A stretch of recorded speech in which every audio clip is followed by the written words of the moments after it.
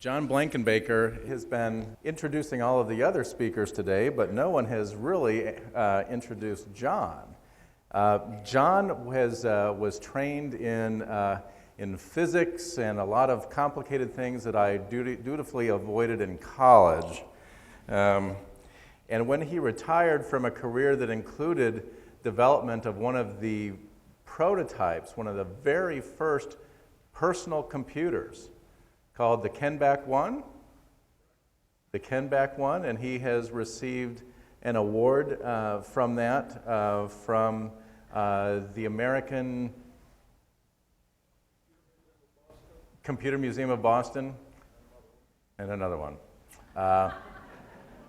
And so, you know, when we talk about recording our history, you know, here's living history and how the personal computer has just transformed global life, and it's really wonderful to know that Germanna descendant played a role in that. When John retired from a lifetime of devoting rigorous study and rigorous scholarship to his profession, he turned his mind to genealogy and history of the Germanna colonies.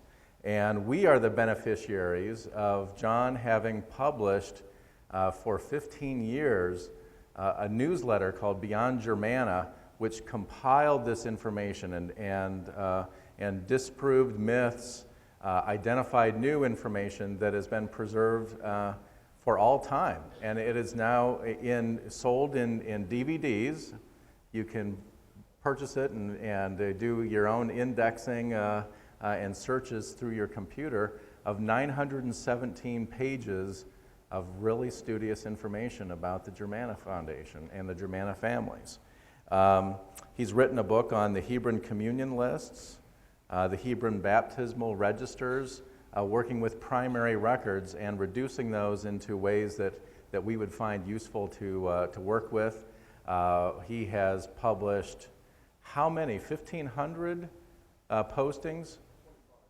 2,500 postings on the Germanna Colonies email list, which was also a wonderful source for people to find new information about their own families, and will leave a record for descendants of all of ours for years and years to come. And so we are very, very fortunate to have had John be a member of the Board of Trustees of the Germanna Foundation and one of the key organizers of these seminars with others. And so we're very, very glad to have John here, and we'd like to welcome him for yet another scholarly seminar topic on a very important ship to all of our families. John Blankenbaker.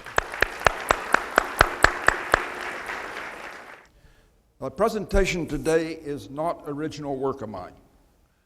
It comes from Klaus Wust, and it tells, though, such a good story, though it has been published before in more than one location. I feel that perhaps we should look at it again today because it's a very telling story. Namely, we had a hard time getting here. We really did. Ill-fated journeys. That ship that you see right there is a picture of a bylander. And the ship Oliver was bringing 18 family units to Germanna in 1738. And it was also bringing a couple of hundred Swiss citizens to Virginia. Out of every 3 individuals that boarded the ship, 2 died before they got to Virginia. Of our 18 family units, which many of them would have been slated to live in the Little Fork. Some of them did, but nearly all of these would have lived in the Little Fork. So this is a severe case when 2 out of 3 people died, but it is instructive. Now the Oliver was a bylander, which has 2 masts, and it has a foremast, that's the foremast, and it has a main mast, and then it has this lantine sail here off of the main mast here. Now, where would you think the name Bylander comes from? Because it sailed beside land. It was for coastal trading. It was not an intercontinental ship, but it was used as intercontinental ships. A few were, and that is part of the problem. So a few Bylanders did bring passengers to America. And they were seldom more than 100 tons. It was a small ship. It was involved in coastal trading up and down the coast, and they weren't large, maybe 100 tons. And here we have a record of 3 of them, or actually 4, but I show 3 here, Bylanders, which called at Philadelphia. The Thistle had 42 men, 36 boys, 64 women, and a total of 142 people. The ratio between men and total is about 3.5 to 1. Now, in keeping the ship's list at Philadelphia, sometimes the captains gave only the men, other times they gave a complete list or a complete count of the people. So in the other 2 ships, the Vernon discharged 51 men, so that's maybe about 175 people. Though this seemed to have come from Leith, Scotland, the fact that it was being registered indicates that they were foreigners. So they were Germans. Leith was just the last port in the British Isles that they called. And the Bylander Townsend discharged 77 men. 1737, that maybe be about 240 people. So we have Bylanders, 142, 175, 240. The Oliver, we have some reason to believe, was carrying more than that.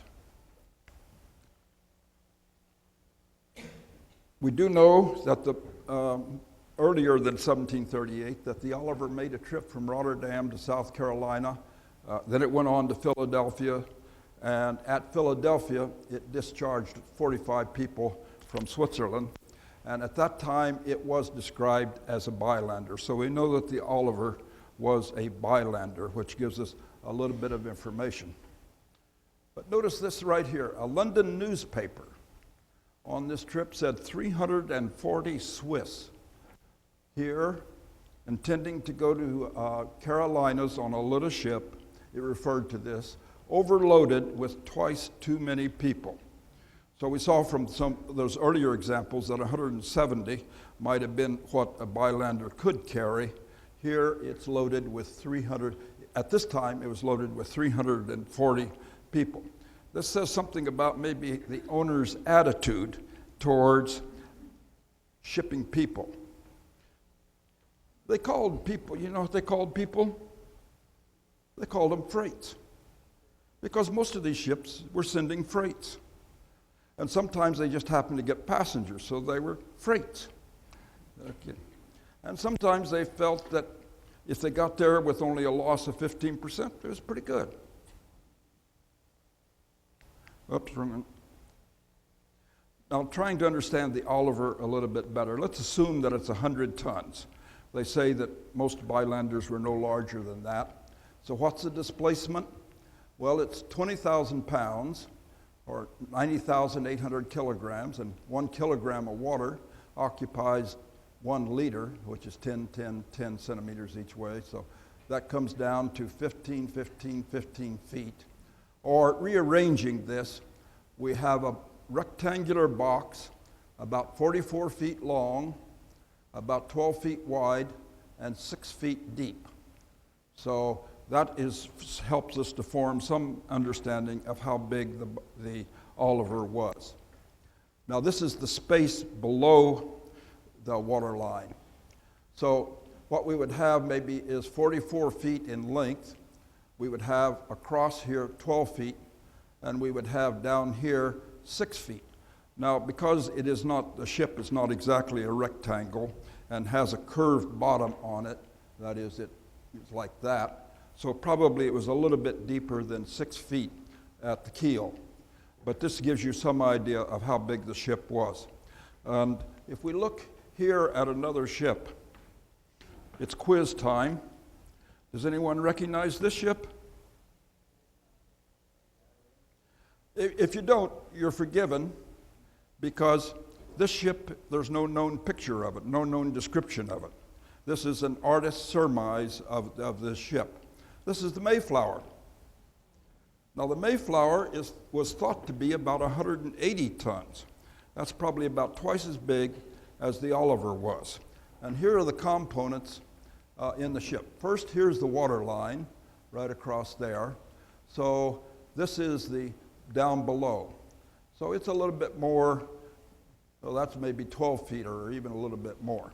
Incidentally, some of the ship is missing here, and some of the ship is missing here.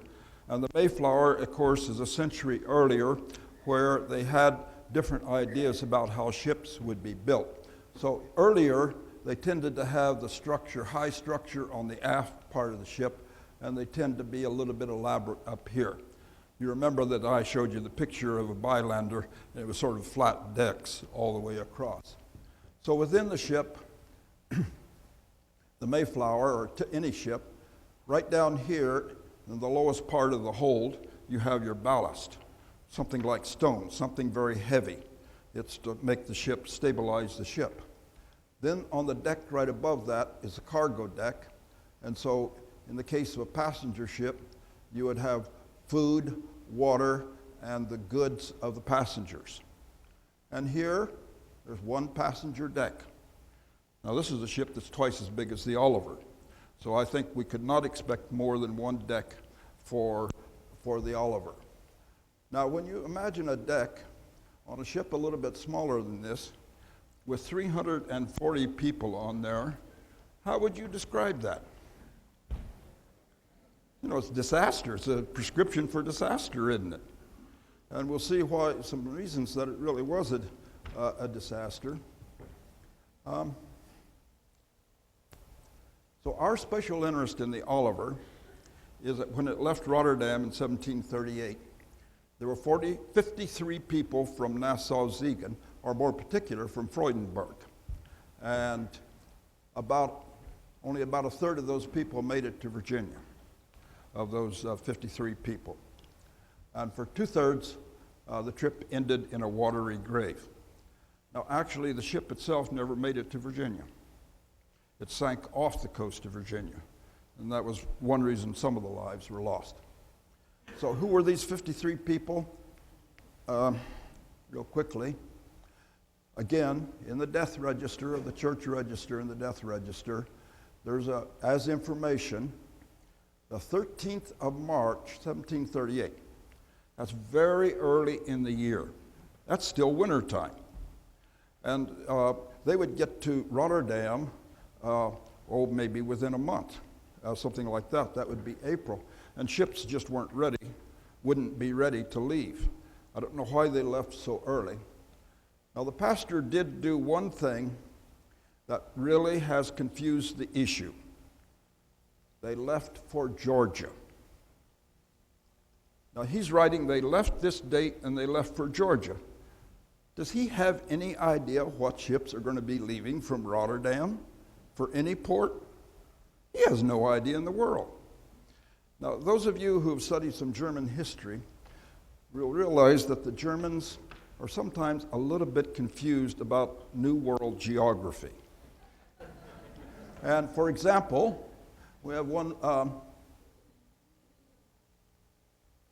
in the new island. The new island. Well, at that time, the New World was sort of, they thought it was just a little block of land between Europe and the Orient. And it was thought of as an island. They often referred to it as an island. But they were rather indiscriminate about the use of the word Carolinas and Pennsylvania, Georgia, so on. They were not descriptive. At any rate, the pastor at this date would have no idea in the world what ships were going to Georgia, whether there would even be a ship to Georgia. And it was questionable whether they really intended to go to Georgia. So from Freudenberg, now as we go through these names, I'm going to test your genealogy. You ever heard this name Seelbach before? You haven't?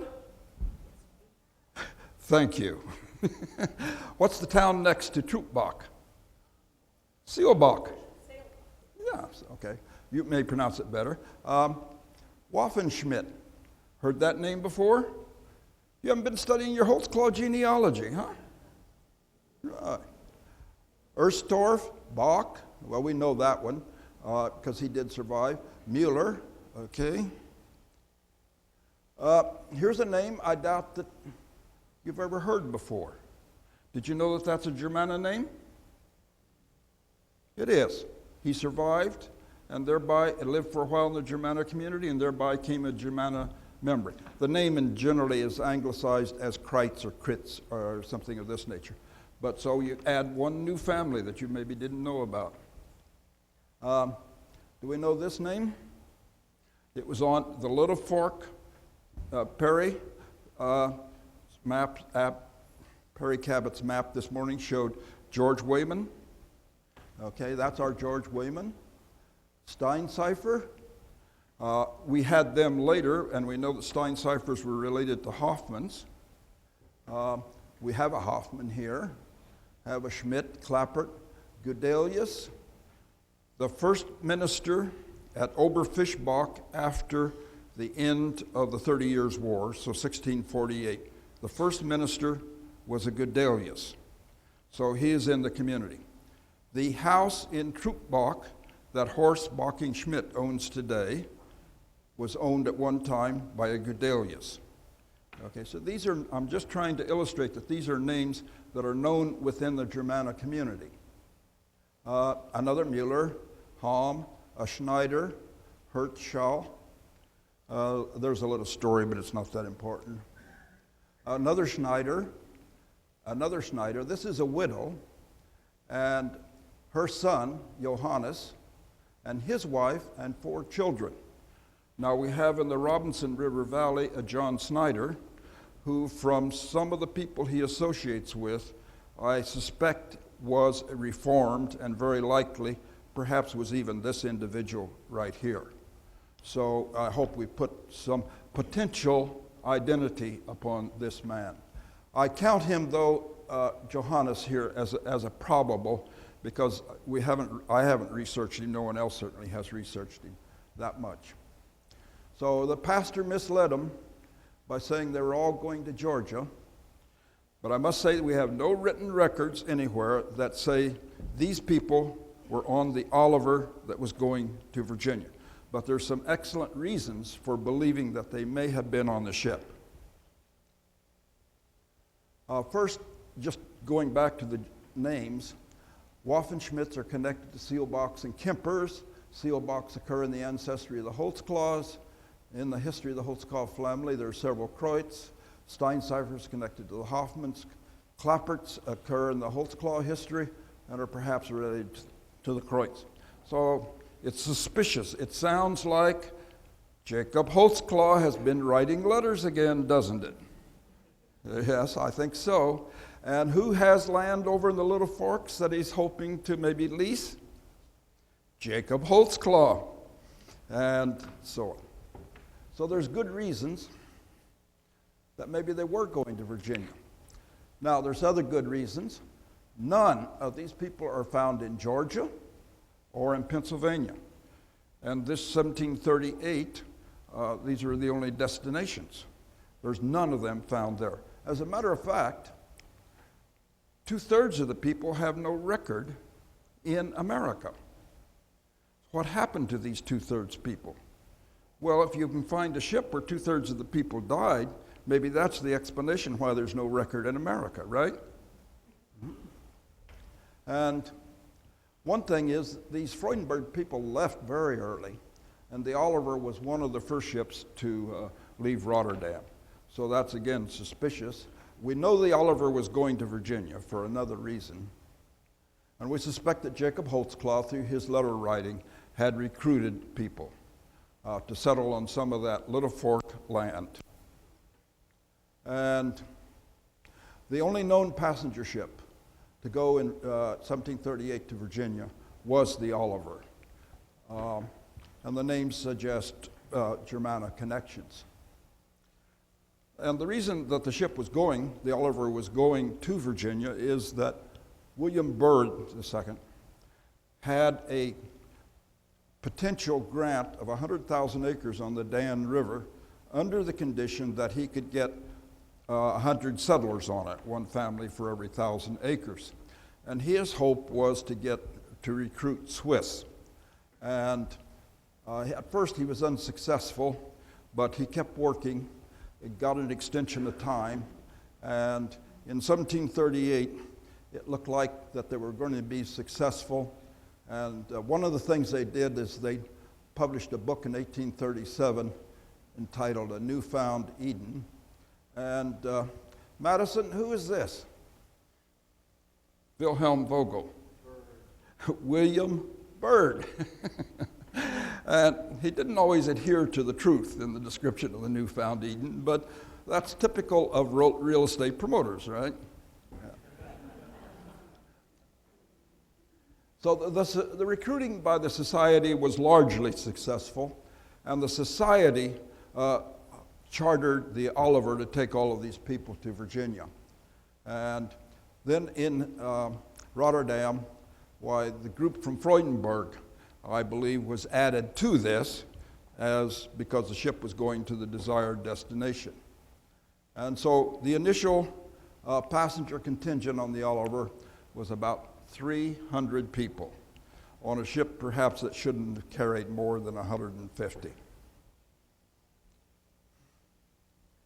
So on 22nd of June, 1738, the Oliver and 4 other ships left Rotterdam for England. Let me just stop and say that Klaus Woos, who researched all of this information, spent a lot of time in the Rotterdam archives.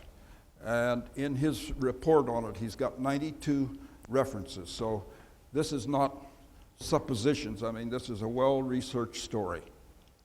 And so the ship left it intended to go to Cowes, 300 miles away, but it returned to Rotterdam.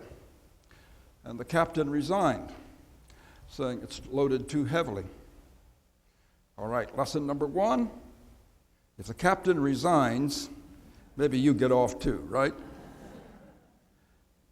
Well, the owners of the ship solved the problem more simply. They just said, we'll get a new captain, and they got a new captain. And so it sailed for Cowes, and this time it made it very quickly. But then it spent 6 weeks in Cowes, where it was inspected, reloaded, and waited for favorable winds. One of the reloaded, I think they were attempting to make more room on board the ship. And so in that lower cargo hold where the immigrants had their chests, they broke the chests up and packed stuff away more tightly and into the corners and crevices. So that's probably a lot of what the reloading was.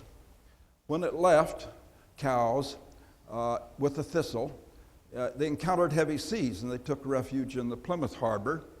And they didn't leave Plymouth until early September.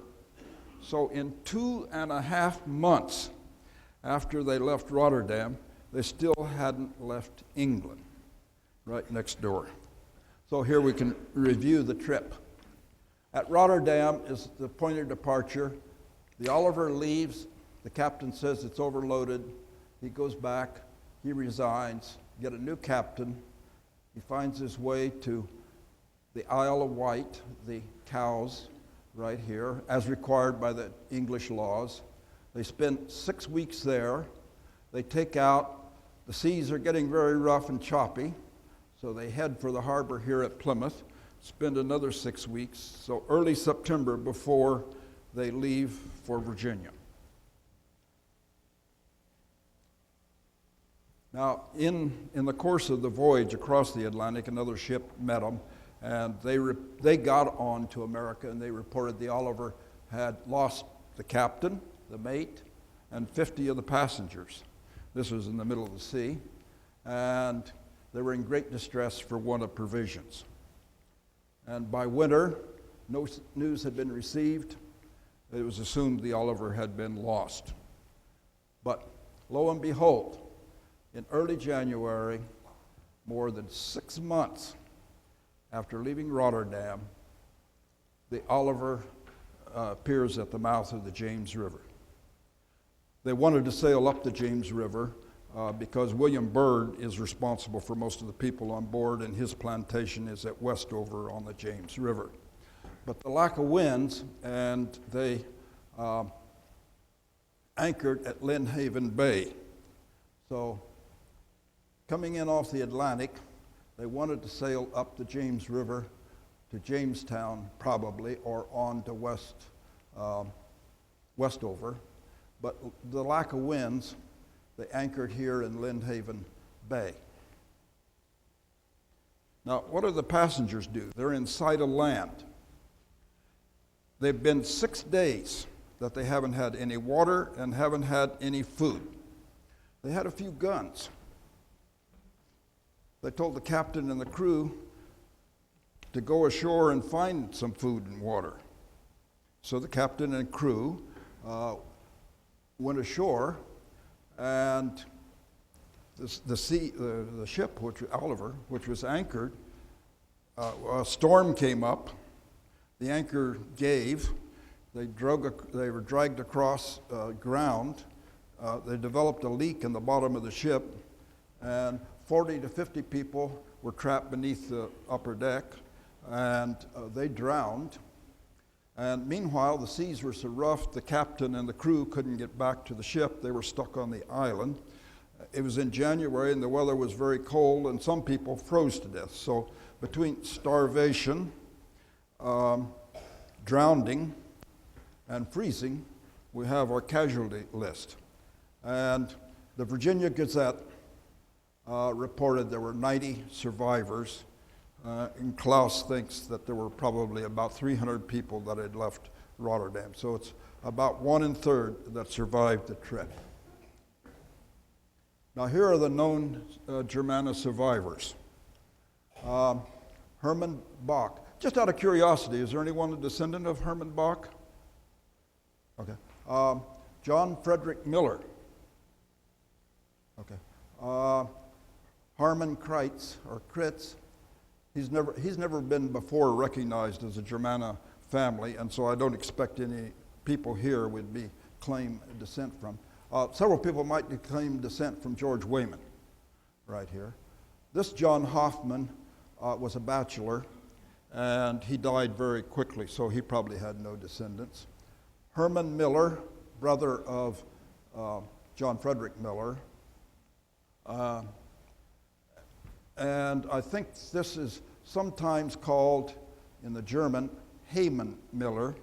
That name, Hayman Miller, was on Perry Cabot's picture land plots this morning as taking land from Holtzclaw, and George Wayman took some land in the Little Fork too, right there. Now you notice I haven't given any women. Why wouldn't I? Several of these people were married. We'll go into that a little bit more. But why wouldn't I give any women here?